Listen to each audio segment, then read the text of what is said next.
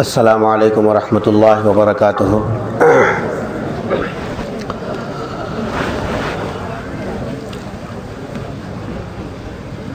الحمد للہ نحمده ونستعینه ونستغفره ونؤمن به ونتوکل علیہ ونعوذ باللہ من شرور انفسنا ومن سیئات اعمالنا من يهده الله فلا مضل له ومن يضلله فلا هادي له ونشهد أن لا إله إلا الله وحده لا شريك له ونشهد أن سيدنا ونبينا ومولانا محمدا عبده ورسوله أرسله الله إلى كافة للناس بشيرا ونذيرا وداعيا إلى الله بإذنه وسراجا منيرا أما بعد قال الله تبارك وتعالى في كلامه المجيد والفرقان الحميد فأعوذ بالله من الشيطان الرجيم بسم الله الرحمن الرحيم من يطع الرسول فقد أطاع الله وقال تعالى قل إن كنتم تحبون الله فاتبعوني يحببكم الله وقال تعالى ما آتاكم الرسول فخذوه وما نهاكم عنه فانتهوا قال النبي صلى الله عليه وسلم لا تحاسدوا ولا تناجشوا ولا تباغضوا وكونوا عباد الله إخوانا أو كما قال عليه الصلاة والسلام۔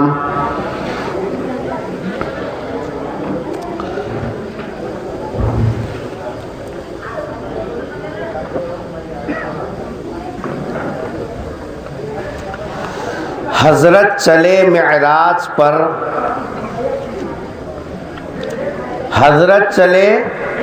معراج پر بلغ العلا بکمالہ،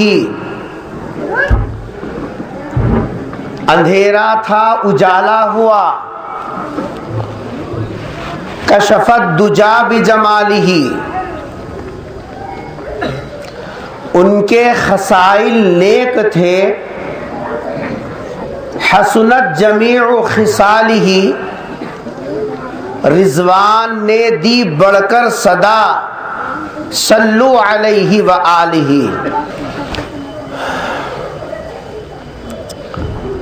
عزیزان گرامی،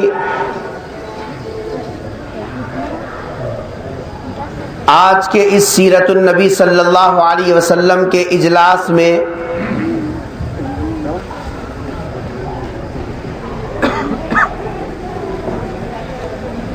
جس کو سننے کے لیے ہم یہاں جمع ہوئے ہیں، میں نے خطبے میں 2-3 آیتیں تلاوت کی جس کے اندر اللہ تبارک و تعالیٰ نے اپنے بندوں سے اس بات کا مطالبہ کیا کہ اے میرے بندو، تم مجھے مانتے ہو، میری خدائی کا، میری توحید کا، میری یکتائی کا تم اقرار کرتے ہو، تو تمہارے ذمے یہ ہے کہ میں جو اپنا حبیب تمہارے درمیان میں بھیجا ہوں، ان کی طرف سے جو ہدایات تم کو ملے، ان کی طرف سے۔ سب حضرات خاموش ہیں، بچے بول رہے ہیں، حالانکہ بچوں کو خاموش ہونا چاہیے، بڑوں کو بولنا چاہیے۔ کیا فرمایا اللہ نے کہ ہمارے حبیب کی طرف سے تمہارے لیے جو ہدایتیں ملے تم اس پر عمل کرو۔ کرنے کا اگر حکم ملا تو کرنے کے کام ہے تو کرنا ہے۔ وَمَا نَهَاكُمْ عَنْهُ فَانْتَهُوا، اگر رکنے کی ہدایت ہے تو ایسی صورت میں ان کاموں سے تم رکو. تمہاری غلامی یہ ہے کہ تم ہمارے اس حبیب کی بات کو مانو. ابھی آپ نے مولانا سے سنا، مفتی صاحب نے بتایا کہ حضور اکرم صلی اللہ علیہ وسلم نے امتیوں کو حکم دیا فَلْيُصَدِّقْ حَدِيثَهُ إِذَا حَدَّثَ، جب بھی تم بات کرو تو سچ بولو. وَلْيُؤَدِّ إِذَا اؤْتُمِنَ أَمَانَةً، اور جب امانت داری ادا کرنے کا موقع آئے تو امانت ادا کرو، اور پڑوسیوں کے ساتھ حسن سلوک کرو. یہ کرنے کے کام تھے جو حضور اکرم صلی اللہ علیہ وسلم نے ہم لوگوں کو بتائے. پہلے ایک بات ذہن میں رکھیے کہ اللہ تعالیٰ نے دنیا میں جو پیغمبروں کو بھیجا، 1.25 لاکھ پیغمبروں کو بھیجا، آخر ان نبیوں کو بھیجنے کا مقصد کیا ہے؟ ہم اس لیے دنیا میں اللہ نے پیغمبروں کو نہیں بھیجا کہ ان کے نام پہ کھاؤ اور ان کے نام پہ ناچو اور ان کے نام پہ جی صاحب ڈھولک بجاؤ اور ان کے نام پہ جی صاحب پیسے جمع کرو. اس کے لیے نہیں بھیجا. اگر اس کام کے لیے پیغمبروں کو دنیا میں بھیجتا، مکے کا کوئی آدمی ایسا نہیں ہوتا جو سرکار دو عالم صلی اللہ علیہ وسلم کی نسبت پہ نہیں ناچتا. مکے کی ہر گلی میں ناچنے والا مل جاتا. پیغمبر صلی اللہ علیہ وسلم کی نسبت پر امت کو یہ ہدایت نہیں دی گئی اور یہ احکامات نہیں دیے گئے، اور پیغمبروں کو اس مقصد کے لیے دنیا میں نہیں بھیجا جاتا کہ ان کی نسبتوں پہ پیسہ جمع کر کے کھاؤ، ان کی نسبتوں پہ پیسہ جمع کر کے ناچو، ان کی نسبتوں پہ پیسہ جمع کر کے اسراف کرو. اس لیے پیغمبروں کو نہیں بھیجا جاتا. پیغمبروں کو بھیجنے کا ایک مقصد ہوتا ہے. جب وہ جیسا مقصد کو سامنے جو امت رکھتی ہے تو پھر پیغمبروں کی ہدایت ان کے سامنے ہوتی ہے اور وہ آخرت کے اندر نجات پاتے ہیں. پیغمبروں کو کیوں بھیجا جاتا ہے؟ بنیادی طور پر 2 کام کرنے کے لیے، 2 بڑے بڑے کام حضرات انبیاء کو دے کر اللہ تبارک و تعالیٰ دنیا میں بھیجتے ہیں. کتنے کام بھائی؟ 2 کام، 2 مقصد حضرات انبیاء علیہ الصلوۃ والتسلیم کو اللہ تبارک و تعالیٰ دے کر بھیجتے ہیں. اسی کا حکم دیا، یا ایھا الرسول بلغ ما انزل الیک، اے رسولو، اے پیغمبروں، جو ہے اے نمائندوں، تم کو میں نے دنیا کے اندر اپنا نمائندہ بنا کر بھیجا ہے. تمہارے ذمے میں نے جو کام لگا دیا ہے تم وہ پورے کے پورے ایسا وہ کام کو تکمیل تک پہنچاؤ. اللہ نے قرآن میں باقی رہنے والی کتاب کے اندر ذکر کر کے قیامت تک قرآن پڑھنے والوں کو بتا دیا، نبیوں کو، پیغمبروں کو بھیجنے کا مقصد یہ ہوتا ہے وہ اللہ کی طرف سے جو ہدایتیں آئے وہ لوگوں تک پہنچانا. یہ پیغمبروں کی ذمہ داری ہوتی ہے. ہر نبی کے ذمے 2 بنیادی طور پر مقاصد رہے.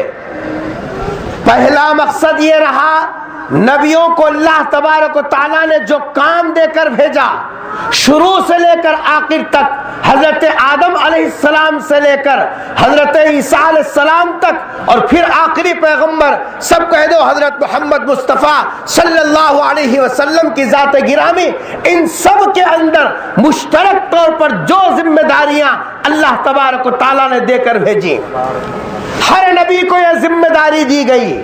پہلی ذمہ داری حضرات انبیاء علیہ السلام کو اللہ تبارک و تعالیٰ نے یہ دیا، لوگوں میں چل پھر کر، قبیلوں میں چل پھر کر، خاندانوں میں چل پھر کر، ملکوں میں چل پھر کر اللہ کی پہچان کرواؤ بندوں کو. تمہارا پالنے والا کون، تمہارا پرورش کرنے والا کون، تمہاری دکھڑی سننے والا کون؟ تمہارے مسائل حل کرنے والا کون؟ تم بے اولاد ہو، صاحب اولاد بنانے والا کون؟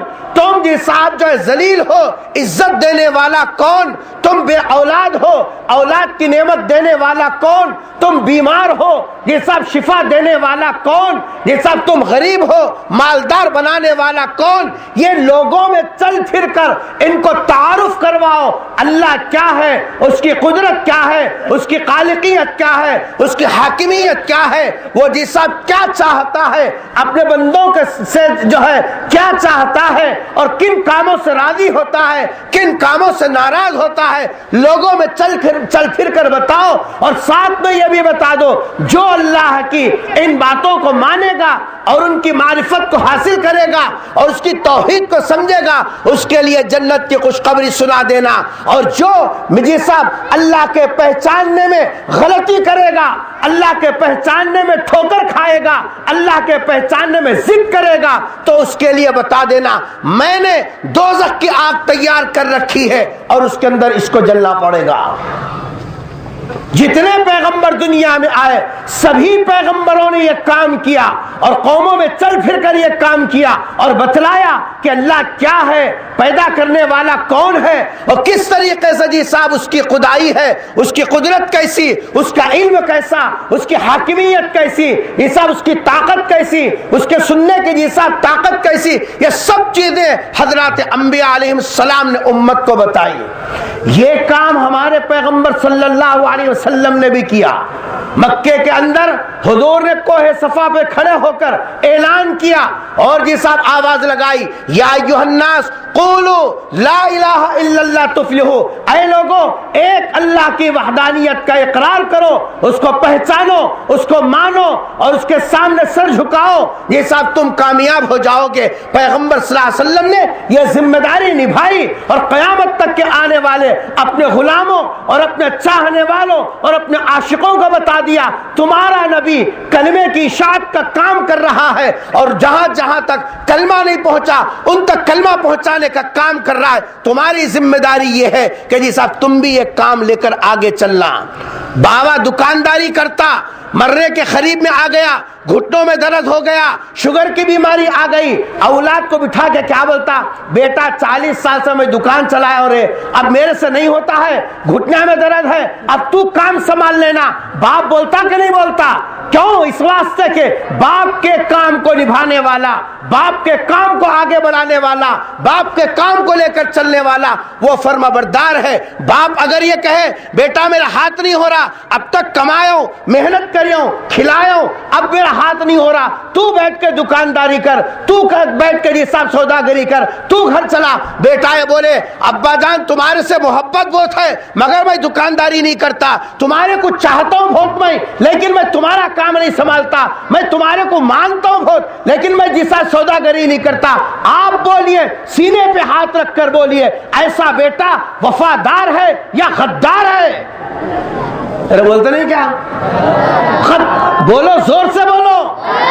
غدار ہے، غدار، جو باپ کا کام آگے نہیں بڑھا سکتا، اس سے بڑا نمک حرام کوئی دوسرا نہیں ہوتا، اس سے بڑا غدار کوئی دوسرا نہیں ہوتا، کیونکہ باپ کا کھا کے پلا، باپ کا کھا کے بڑا ہوا، باپ کے روٹیاں توڑ کے یہ سب بڑا ہوا، باپ کا خون اس کے رگوں میں ہے۔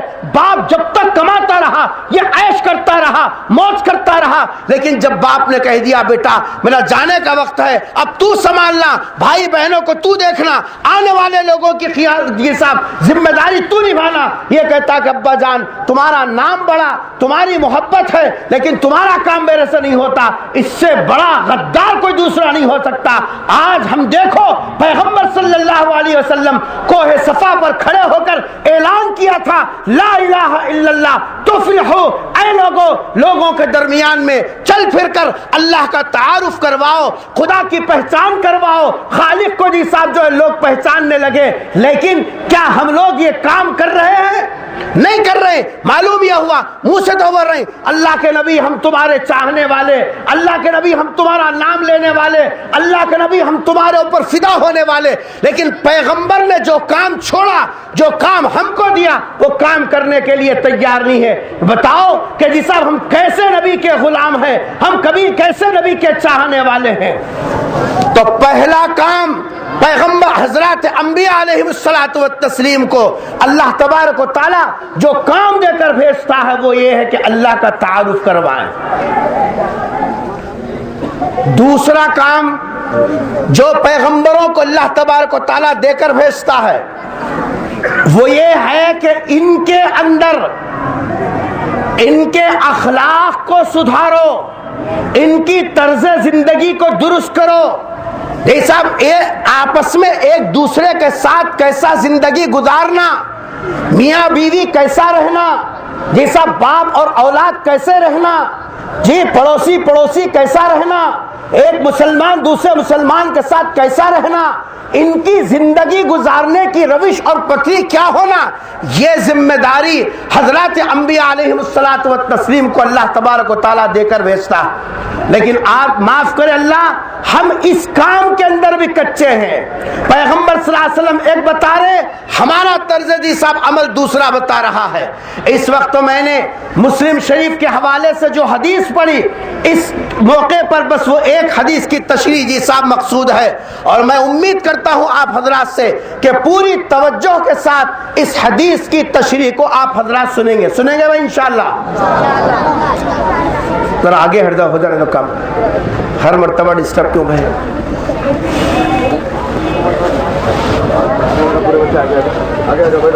حضور اکرم صلی اللہ علیہ وسلم کی جو حدیث میں نے پڑھی اس کے اندر حضور اکرم صلی اللہ علیہ وسلم نے 3 کام کرنے سے منع فرمایا.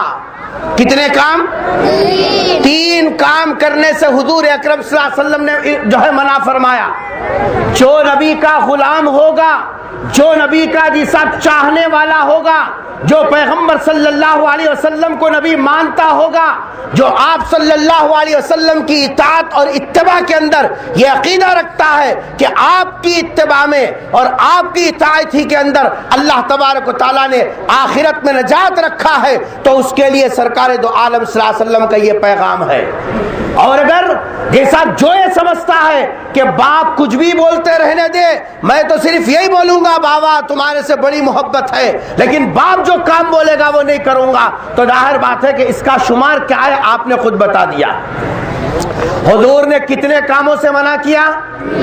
بولنا آپ حضرات, کتنے کاموں سے منع کیا؟ 3 کاموں سے منع کیا.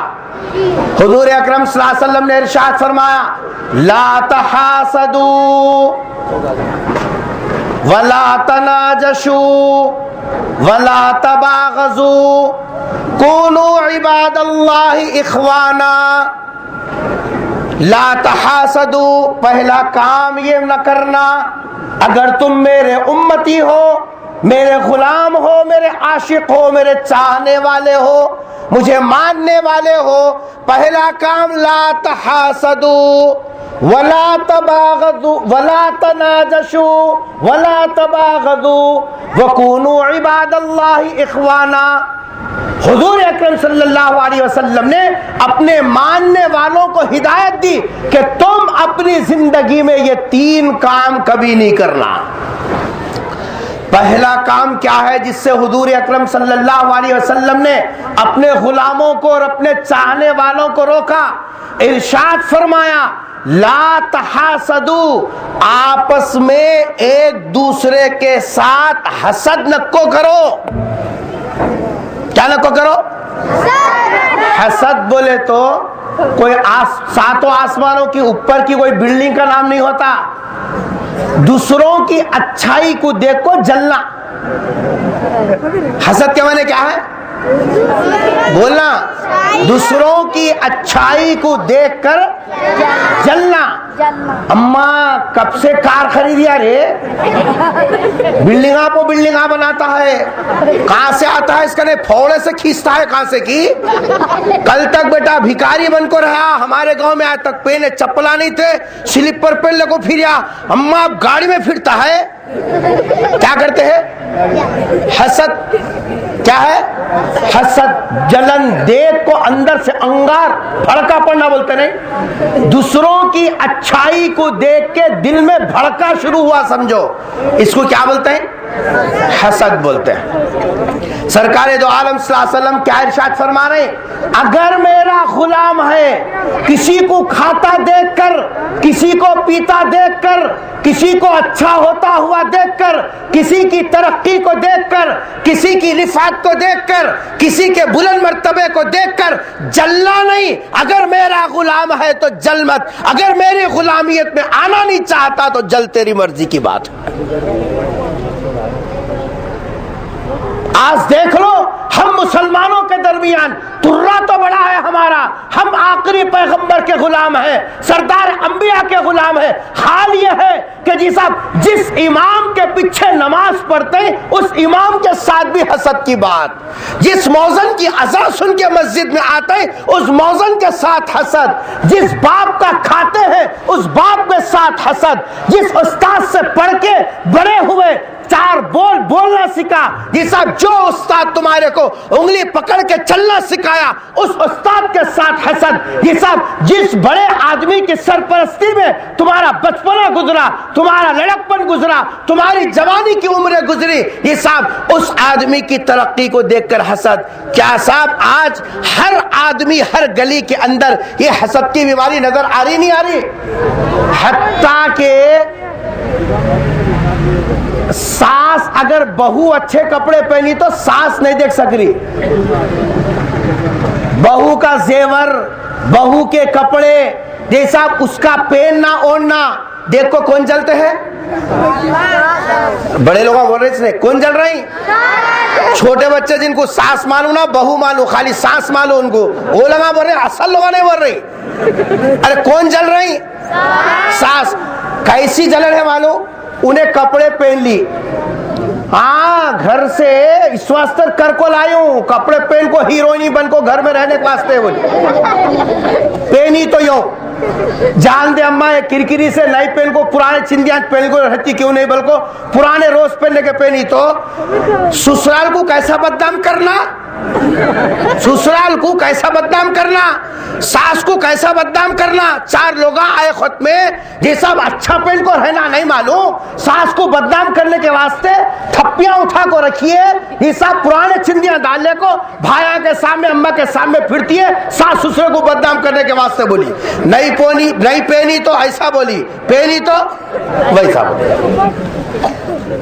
اماں گھر کو گئی، اماں گھر کو گئے تو ہاں جب دیکھو اماں گھر کو رہتی چکایا، مرد سمجھی سسرال سمجھی تو گھر میں رہتی ہے، جب دیکھو آئے سو دوسرے گھنٹے میں اماں کنے جاتی ہوں گئی، آئے تو اماں کنے جاتی ہوں گئی، نہیں اماں کنے گئی تو یوں نہیں جا کو یہیں پڑ مرگی لے کو رہی سمجھو، کون ہے گا تو اس کو بلانے کے واسطے اماں بابا بہت سمجھ کو بھیڑے کر دی، بس یہیں پڑ مرگی لے کو ہے، کون پوچھ کو دیکھتا ہے اس کو۔ اماں گھر کو نہیں گئی تو ایسا، گئی تو ویسا۔ کیا ہے یہ؟ حسد۔ کیا ہے؟ اور یاد رکھنا جو بھی حسد کی بیماری میں مبتلا ہوگا، سرکار نے ارشاد فرمایا ایاکم والحسد، او میرے غلاموں حسد سے بچو، حسد سے، کیونکہ حسد وہ بیماری ہے، وہ گھن کا کیڑا ہے، وہ دیمک ہے، جب کسی ایمان والے کے اندر حسد کی بیماری آ جاتی ہے ایمان کو اندر سے ایسا کھوکھلا کر دیتا ہے جیسے دیمک لکڑی کو کھوکھلا کر دیتی ہے، دیکھنے میں تو موٹی نظر آئے گی، ذرا وزن ڈالو ٹوٹ جائے گی۔